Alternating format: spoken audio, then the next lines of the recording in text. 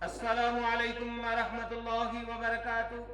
Learn قرآن میں خوش آمدید۔ آج آپ کی خدمت میں خطرے کے وقت کی دعا لے کر پیش ہو رہے ہیں۔ خود بھی سیکھیں، دوست احباب کے اندر شیئر کریں ثواب کی نیت سے۔ حضرت ابو موسیٰ اشعری رضی اللہ تعالی عنہ سے روایت ہے، رسول اللہ صلی اللہ علیہ وسلم کو جب کسی قوم سے خطرہ ہوتا تو یہ دعا پڑھتے تھے۔ اور دعا کو پڑھنا شروع کریں۔ اعوذ باللہ السمیع العلیم من الشیطان الرجیم، بسم اللہ الرحمن الرحیم۔ اللہم انا نجعلک فی نحورہم ونعوذ بک من شرورہم۔